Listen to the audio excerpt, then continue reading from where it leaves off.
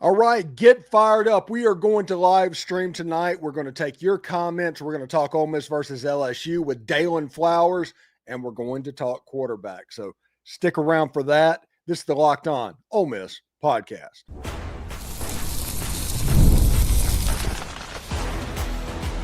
You are Locked On Ole Miss, your daily podcast on the Ole Miss Rebels. Part of the Locked On Podcast Network, your team every day. Welcome to the Locked On Ole Miss podcast. I'm your host, Stephen Willis, a 10-year veteran member of the national media and a former Ole Miss staff member as well. We're going to bring in Dalen Flowers from the Rebel Walk to talk about what he saw in the LSU game over the weekend, but also talk about the quarterback situation at Ole Miss, Washington State, and the bye week, Ole Miss being ranked fourth, all of that good stuff. We'll talk about it. Thank you for making Locked On Ole Miss your first listen every day. And please give us a like, subscribe, and comment on your way out. Check out a second listen on the network as well, please. Nearly every team, college and pro, is available. And today's episode is brought to you by Game Time. Download the Game Time app, create an account, and use the code LOCKEDONCollege for $20 off your first purchase. Now, Dalen, I am really interested to see exactly how the next 3 weeks for Ole Miss football goes, because fourth in the nation, they should be in the top five. Honestly, by the time they go to Athens as a higher ranked team, which means you are going to get the Georgia Bulldogs version you do not want the most, and that is being the higher ranked team going into Athens. Yeah, Georgia's going to be hungry coming into that game. Obviously, just the resilience that they had to fight through last year, ended up losing to Ole Miss. But as well, I think that they kind of understand that their backs are against the wall after the Alabama loss and in the fashion that it happened too. But Ole Miss is riding a hot wave. I think if you're an Ole Miss fan, if you cover Ole Miss, you couldn't have asked for a better start to the season than going 5-0. I think a big thing for a lot of people was could you go into LSU undefeated? They did, and they took care of business against the Tigers, and now they're 5-0, number 4 team in the country. Now is the time, and I think this bye week is coming at the best time possible for Ole Miss. It's time now to allow the players to get a little bit of rest and get some of those guys that are, not 100%, whether it's Austin Simmons. I know Jalen Braxton's back, but I don't want to say he's 100% either. There's a collection of guys that still need to get some more rest to get prepared for the latter parts of the season. But now is also the time, if you're a coaching staff, to remind your players that you can lose. And there are games that are going to out there that are going to get tougher than LSU. And you got to stay complacent. You got to keep the main thing, and continue reminding yourself to go 1-0. It's easy to be at this point if you're a player and kind of be rest on your laurels and forget about the process and keeping the main things, but that's the most important thing for Ole Miss right now. But they're riding a high wave, and it's coming together in a systematic way that it's every aspect. It's the coaching, it's the players, it's the dynamic, it's the fan base, and that's important for Ole Miss. I think I looked at what was lost from last year's team, and I said, okay, how does Lane Kiffin rejuvenate what they lost last year? He was able to dictate himself in the portal, but I keep on saying this with you, but it's so important. Ole Miss did not lose a single staff member from last year's team. And some people may have some questions about a few staff members, but that's important when you're developing a team to get to the next level. That's important when you're developing recruits that may or may not want to come to Ole Miss, but now they have a stronger relationship with coaches because these coaches have been here. And as well, it develops the agenda of what Ole Miss wants to do in the future. I've said this with you before, but it was very, very important for Lane Kiffin to understand what Trinidad Chambliss was in the offseason, and that's why he wanted him. He saw something that when the potential came or when the moment came and he needed to go out there and be the starting quarterback for Ole Miss, he knew he could do it. And he's done that so far, and Ole Miss is riding the hot wave right now, but it's going to be important to remain focused on the main goal, and that is win games, and that is take care of the football, and that is get to the college football playoff this year. Anybody that wants to comment, the third segment, we're going to take your comments. So please, you put it out there and put where you're commenting from so we can shout that out during the segment as well. But what did you notice about Trinidad Chambliss? I mean, he is a revelation that Lane Kiffin honestly could not have expected to find coming from D2 to this level. But Trinidad Chambliss is a game manager, in my opinion, in all of the best sense of that term. It is something that The Ole Miss 2-minute offense is fantastic. Ole Miss's 4-minute offense, when he's on the field, all of a sudden they're running the ball down the throat of the LSU defense. What did you see against LSU with Trinidad Chambliss? I saw a few things. I saw number one, I saw Trinidad trust the play call. Even when those first two drives happened and Ole Miss weren't, potentially getting anything from those first two drives to start the game offensively, I still saw Trinidad trust the play call, trust the routes of his receivers, trust his offensive line, trust his running backs. And that is important, not only for a quarterback, but that's important for a team leader, which Trinidad Chambliss is for this team. There was that moment going into halftime where Ole Miss got the ball again, and 2-minute warnings almost happened. I'm like, okay, how does Ole Miss pick up a drive? In my head, I'm like, how do you get a little play action pass over the middle? They did with Caden Lee, and then how do you milk some of the clock? And that is where Trinidad Chambliss comes in handy, like no other quarterback in the country right now. His ability not only to throw the ball, but his ability to use his legs in a timeable way is very, very important for a team that is going to face some tough teams for the rest of the season as well. But you're seeing the difference in that for winning close games this year compared to winning and losing close games last year if you're Ole Miss. His ability to remain calm is outstanding. Yeah, and again, I said this with you after his first game against Arkansas. It's like he's been in this moment for years already. He's remained calm, he's remained confident, and he's remained focused on what the main goal is. There are so many moments again where he could have easily scratched his head and mentally got out of the game. After that interception, he could have mentally fallen out of the game, but he didn't. And there were so many moments. You think about the fourth down call to Daquan Wright to end the game. That's a moment where easily you can mentally corrupt yourself and get out of that moment and fail that moment, but he didn't. I just think right now he's riding a hot wave. But as well, the intangibles of how great he is as a quarterback are really, really showing. Some of the things he's doing, they're not really flashy compared to some other guys, but the momentum he's building within his own gains are really, really important. He's making the check down passes when, blitz is coming and anything downfield isn't open. He's running the ball effectively, and he needs to and he takes the ball from the running back in handoff situations when he sees something big happen. He trusts his receivers. I think that's something that's really big too. You're seeing a totality of guys get the ball. Daquan Wright, Deshaun Tribblin, Caden Lee, Harrison Wallace, Deuce Alexander. It's spread out right now for Ole Miss. And they have the opportunity to do that because Trinidad Chambliss understands the concept. He trusts his guys, he trusts the play call. And if you don't have a guy that does that, then it becomes a little bit more hectic if you're a quarterback running the Ole Miss tempo offense. But Trinidad Chambliss fits the check marks for everything right now. And so he's riding high. And as well, I think the biggest thing for me is he's not buying into the media and all that stuff. He's focused on winning football games. He's focused on making himself and his teammates better every single day, every single snap.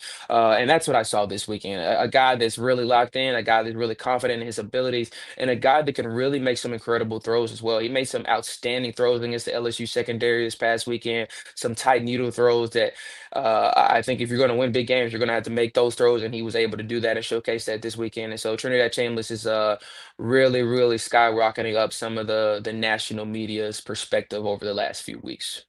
All right, when we come back, we'll talk with Dalen Flowers about the bye week, the quarterback competition, and all of that going into Washington State. Stick around for that, and we'll see if we can get that answered. One of the tools that help make a huge difference for business owners is Quo, formerly Open Phone. It's the same great business phone system you've heard me talk about before, just with a new name. And here's why it matters. Every missed call is money left on the table. When every customer conversation counts, you need a phone system that keeps you connected 24/7. Quo is the #1 business phone system that streamlines customer communication. It works right through an app on your phone or computer, so no more carrying two phones or relying on a landline. I love how Quo, formerly known as Open Phone, lets your team share the #1 and collaborate on calls and texts just like a shared inbox, so no customer gets left hanging.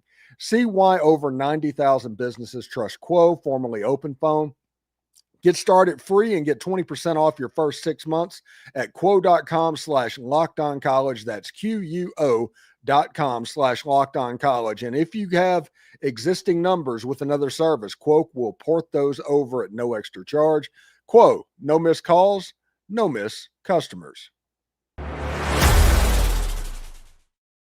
All right, Dalen, this is interesting. Like tomorrow's show on my show, I talk a little bit about this Trinidad Chambliss, Austin Simmons, what it means short term, what it means long term, and kind of try to have a nuanced conversation about that. With this year opening up the way it is, it feels like Ole Miss in about week 4 or week 5, they're like, okay, let's go for it. This isn't a rebuild situation. This isn't a build situation. Ole Miss knows that they can win right now, and they need to figure out how to beat Wazzu and one of Oklahoma and Georgia. And if you do that, there's a good chance you're going to the playoff. If you win one of those games, there's a good chance you're going to the SEC championship game.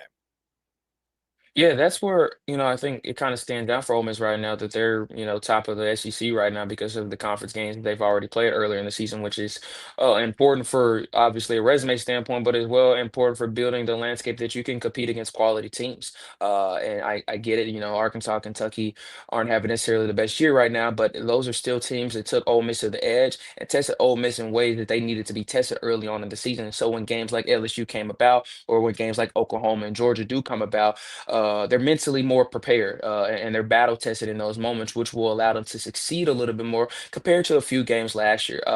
But as well, I think this Ole Miss team is so dynamic in a lot of different ways. They have opportunities to do great things. But throughout the offseason, I talked with you about this. I didn't necessarily think this was going to be a rebuilding year for Ole Miss. I think a lot of people saw as losing so much of the talent that Ole Miss had last year. How do you then go out there and produce again? Well, I don't necessarily think this team had to be the 2024 team. I thought that there were a lot of great players on this team. I saw that in the offseason. I saw that in fall camp, and they just had to be themselves. They had to be their own players. They had to be, their own identity, and they've done that so far. Again, I think it's important to notice the defense. Pete Golding has done an outstanding job, and we spoke to Wyatt Williams Jr. after the LSU game. This defense has really come together since the Arkansas game. They mentally wanted to, flush that game out of their minds, and they've come together to not only be better, but strive to be better. Wyatt Williams literally said that we wanted to get better more than the coaches have wanted us to get better. That's how bad we wanted to get better since the Arkansas game. And I've noticed it, and it's not just in terms of the what's going on the field on Saturdays, but I'm noticing guys take leadership and accountability, and no one's pointing fingers. I'm noticing guys step up vocally for the defense right now. I think this defense is going to ride a highway for Ole Miss this year. They could have easily, when Trinidad Chambliss threw his interception, LSU, got the ball on their own 50. The Ole Miss defense could have easily went down and allowed Ole Miss to get 6 points in that drive, and they didn't. And LSU had to settle for 3. I think this Ole Miss defense is going to be very valuable if Ole Miss wants to have any chance in the playoffs. But you also, in the back of my head, I think of two things that were very big question marks for Ole Miss going into the season, which was the secondary and the offensive line. I think as fall camp went on, the secondary got a little bit more confident and comfortable, but the offensive line, even throughout, Georgia State and Kentucky, people have much concerns, and for obvious reasons. And I think that they came together and also had a big conversation to just simply get better, to simply believe in one another, and to simply understand what the capabilities are of them, which is a really good offensive line. And they've shown that since the Arkansas game. They've come together, and a lot of individual guys like Patrick Kudas and Diego Pounds have really stepped up, despite some of the major penalties that they face over the last 3 games. They could have easily died down in those moments too, but they've continued fighting. So I think Ole Miss has the team to do a lot of really good things because they're playing like a team. They're not playing, for one individual. They're playing like a team. When I see Caleb Oldham and Trace Bruckler and, Luke Hass all out there, I'm seeing that Ole Miss is using all of its weapons in its arsenal this year to win games no matter what. When I'm seeing a lot of different receivers run routes that I have not seen them running before, I'm seeing this Ole Miss offense do things because they understand what's actually in store for this team. So I think there's a belief around the coaches and the players this year that this wasn't going to be a rebuild year. That's what the portal is for. That's why Lane Kiffin has been kind of notion as the portal king, because he used it resourcefully in a successful manner. And this Ole Miss team is taking advantage of it. Whether or not these guys understand what the landscape is going to be for the rest of the year, but they understand how to take care of business every week so far, and they've done that so far. Yeah, the weird thing is Wyatt Williams, 2 years ago, he was at Delta State. That's a D2 school. Everybody likes to talk about Trinidad Chambliss, but Wyatt Williams started as a D2 player as well. He went to ULM and then ended up at Ole Miss. And It's really interesting to see because the easiest question answered for Washington State is that Trinidad Chambliss is going to take the first snap in that game. That is the easiest question, but after that, it gets really complicated, doesn't it? It does, for a lot of different reasons. I think right now, not only is Trinidad Chambers playing really well, but the team is centering a lot of faith and belief around him. Yeah. But I will also say, which is so important over the last few weeks, is seeing Austin Simmons out there and not, kind of be in a selfish mindset. He's been out there celebrating with his teammates, celebrating with Trinidad Chambers, which is very important. It speaks on the culture for this team. It speaks on the relationship and the leadership of both players. But the faith around this team is really big. Trinidad Chambers has spoke about that and the belief. They believe in this guy, not just because of his abilities, but because of what he does outside of the lines, going out of his way for teammates to make them feel heard and seen. And that's a guy that's going to win you football games. That's a guy, when you have a guy like that at your quarterback, your teammates are going to then fight for you. They're gonna push everything they've got for you, and that's what Ole Miss has done with Trinidad Chambers under the helm. And he's bought into what this offense has needed him to do. I think that there's so many tangibles for a quarterback, but when you have a quarterback that's a dual threat guy that can do a lot of different things, but can also use his legs, it becomes really, really hard for a defense to stop you. No matter how good your defense is, no matter how many great players you have, when you have a quarterback that can do two things really good, you got to watch out if you're a defense. And Trinidad Chambliss has showcased that. But I think what is so important for me is his ability in the red zone. This red zone offense for Ole Miss is by far better than it was last year, which is, I think, one of the biggest struggling points for Ole Miss last year was they couldn't convert in the red zone. This year, they're doing that. There was even a point in the Ole Miss LSU game where there was two back-to-back penalties for the Ole Miss offensive line. They could have easily falter out of that moment and let the drive with 3 or 0 points. Trinidad Chambers stayed locked in and they got 6 points on that drive, ended up with 7. This team believes around Trinidad Chambliss. He believes in himself, and I think it's important to understand that if it ain't broke, don't fix it. I think there's a great relationship between Austin Simmons and Trinidad Chambliss. And if the moment does come where Austin Simmons needs to be put back out there, I wholeheartedly believe he will be ready. And I think again, Lane Kiffin has said this, you've said this, I've said this, but this is a good position to be in if you're a coach. I don't disagree with that statement at all. That's what competition is for. That's what you brought Trinidad Chambliss in for, competition in the first place. And this is just the game of football. Things like this happen, and you now have to see if you're Austin Simmons, how do you continue working and getting better and making yourself the better quarterback over time. And so it's going to be a fun battle. And I think this team is going to be successful with whoever ends up starting after the Washington State game. But right now, Trinidad Chambliss is believing in this team, and as well, the fan base has just jumped around Trinidad Chambliss. The Trinidad flags, the social media references, is they've really jumped on his side, and I think he's riding that tail really high as well. Yeah, it's really interesting. It's important to remember, if you're an Ole Miss fan, Austin Simmons didn't lose this job. It's a Wally Pipp type situation to where just an unbelievably hot player is playing quarterback right now. And as long as that hot streak continues, they're going to be all right. And if it continues 3 more weeks, you'll probably basically clinch your way into the college football playoffs. So I'm pretty excited to see where it goes. All right, when we come back, Dalen, we are going to take the viewer questions. Remember, if you ask a question, remember to put where you're asking from or you're commenting from, and we'll talk about that when we come back. So stick around. The NFL season is here, and FanDuel has an offer you won't want to miss. Right now, new customers can bet just $5 and get $300 in bonus bets if you win. That's right. Pick a bet, put down $5, and if it hits, you'll unlock $300 in bonus bets to use across the app. I love how FanDuel gives me so many ways to play. I built parlays, tried player props, even followed the live lines during games. It makes watching football even more exciting when you got a little something riding on the action. So whether you're a casual fan or love diving into the stats, FanDuel makes the game day experience so much better. So what are you waiting for? Visit FanDuel.com to download the FanDuel app today and get started.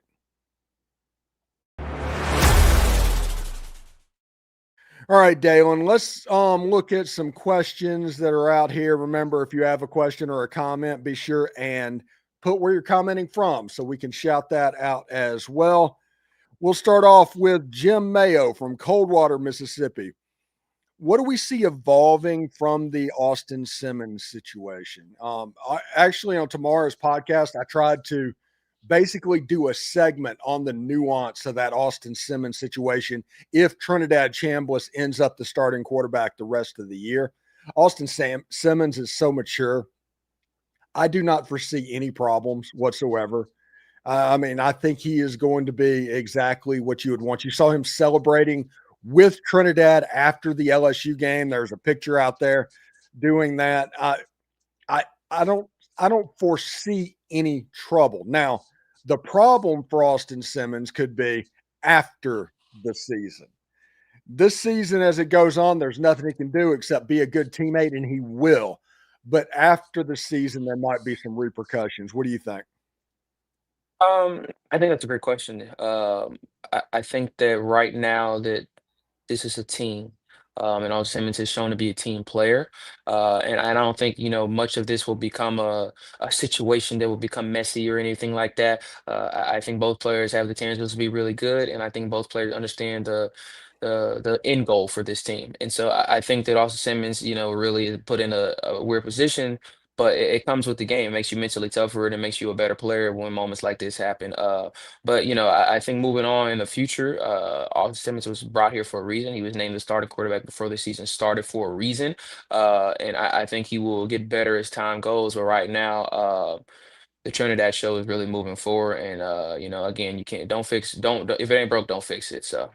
Yeah, and you got Trinidad popping up. He's like 5th and 6th on the Heisman prediction things right now. So that is pretty interesting. All right, KJ or K Milam has the question, do you think if Ole Miss beats Georgia, they'll be the number 1 team in the country?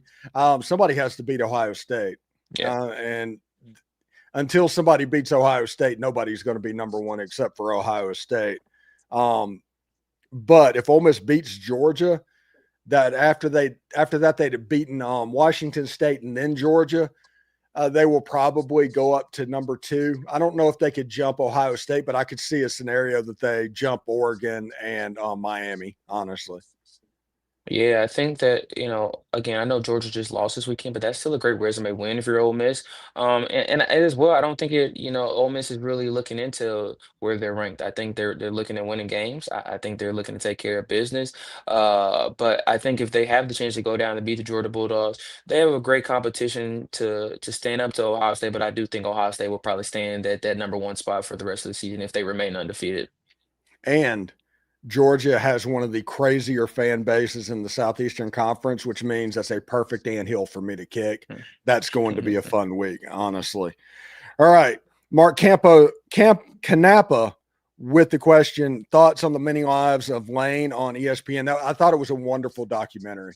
I think they did a really good job of humanizing him and kind of pointing out, yes, he did these things, but this is why he thought he was doing this thing and it just didn't work out, as opposed to, hey, this guy just moves around and he's always trying to do whatever. I think it really humanized him. And honestly, they asked Ryan McGee today, do you see any job that Lane Kiffin would leave Ole Miss for? And Ryan McGee said the only one that he'd even consider would be the Alabama job. And that Alabama job isn't coming open anytime soon. Yeah, I thought the E60 was really good. Just for me personally, a lot of the Raiders early USC with Pete Carroll days, Tennessee days, I don't necessarily remember just because I'm a little bit younger.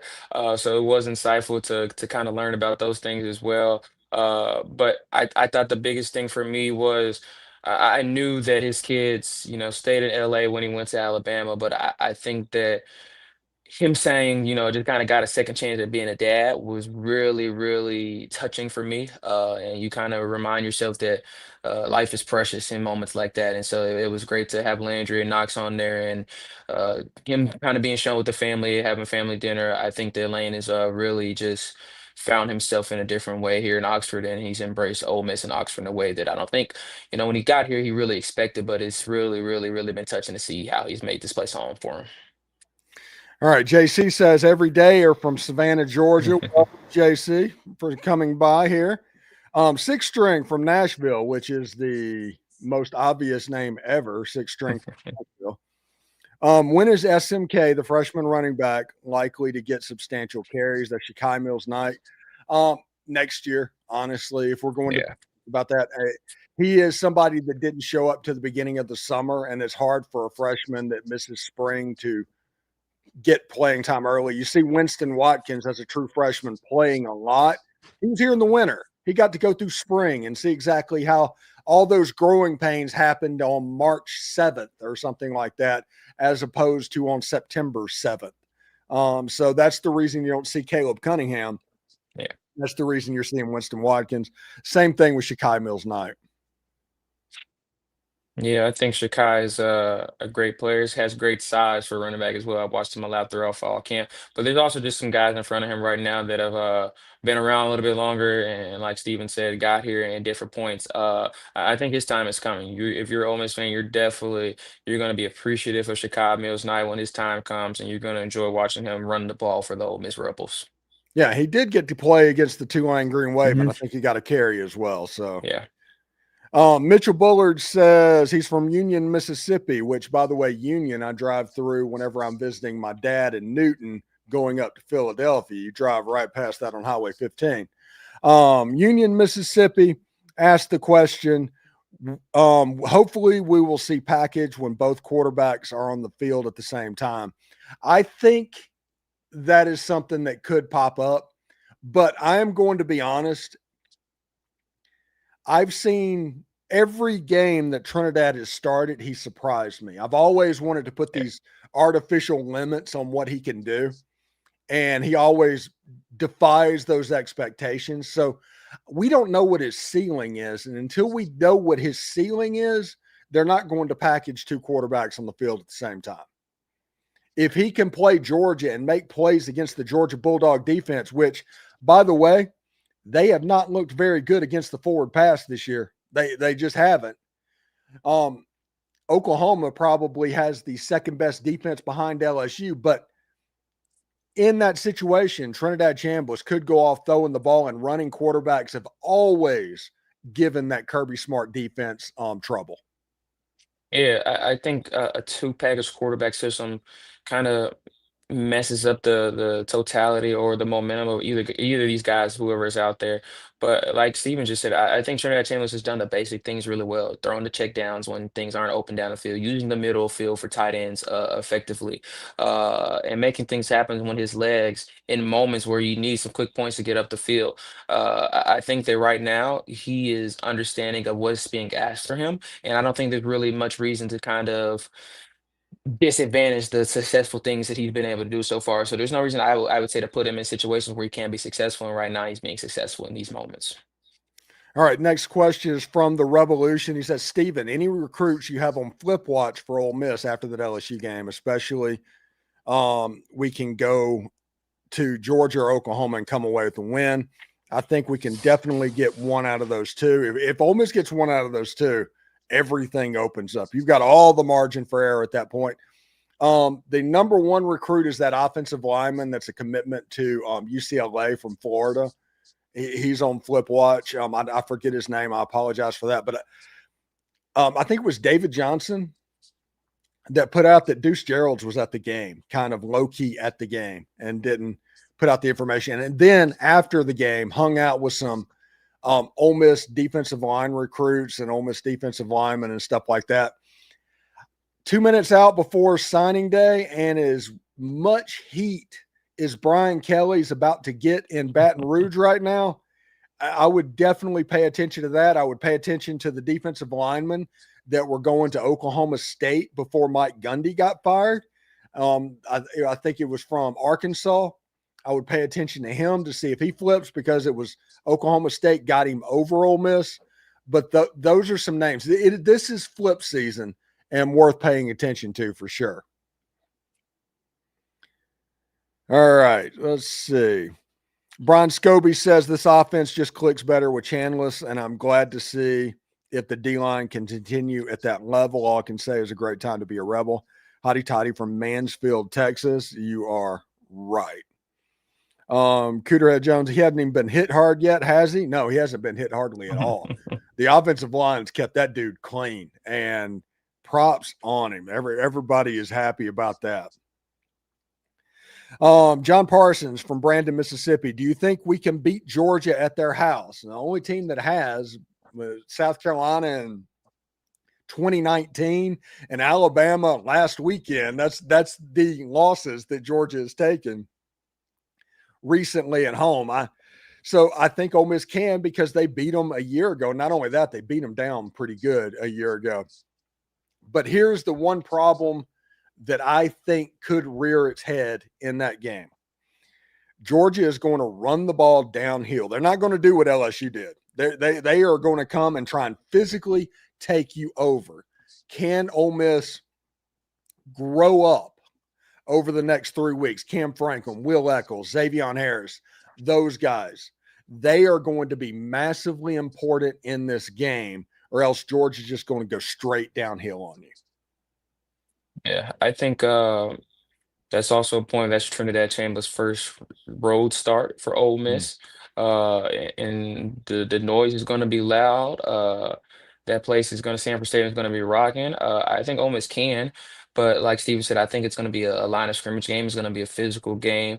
And how do you do the little things right and as well not shoot yourselves in the foot? Ole Miss had 14 penalties against LSU. I know some are a little bit controversial, but you can't do those things when you're going on the road to the Georgia Bulldogs. So Ole Miss has a chance to do it, but it's definitely going to come down to the basic things if they want to beat Georgia.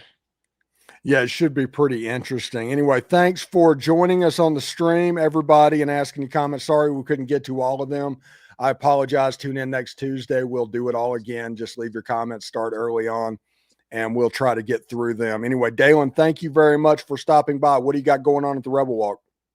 I'll be honest, man, it's a midterms week for me, so I've been locking in on papers and studying for tests. So school is my number one priority this week. It's a busy, busy, busy school week for me. So that's what I'm focusing on. Do got, recording with Zach later on in the week, but other than that, I'm focusing on making sure that the midterm grades are looking All right. good. Yeah, handle the academics. Always need to handle the academics. Anyway, Dalen, thank you for stopping by, man, and we'll see you next week, buddy. Appreciate you guys. Take care. All right. Thanks again for making Locked On Ole Miss your go-to source for Ole Miss sports. We pride ourselves on offering the most comprehensive perspectives, which is why we're the front door of Ole Miss. Do not forget to like, subscribe, comment. It helps the show. It's absolutely free. Your support means the world to us. And in another big moment for Locked On and college football fans, Locked On and Fire TV are presenting College Football Kickoff. It is your ultimate weekly preview show. Drake Toll of Locked On Big 12 leads the conversation, a longtime two-time AP Coach of the Year. Gary Patterson, former college star Jesse Holley, and Locked On's local expert. It is a college preview only Locked On can do. Catch College Football Kickoff every Thursday throughout the season, only on Fire TV. Hotty toddy, everybody. And remember, analytics is just the old English word that means bad football. We'll see you tomorrow.